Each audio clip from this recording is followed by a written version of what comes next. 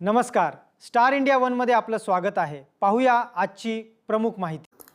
अहिल्यानगरमध्ये भाजीपाला विक्रेत्या महिलेची लूट, 2 आरोपी LCBच्या जाळ्यात।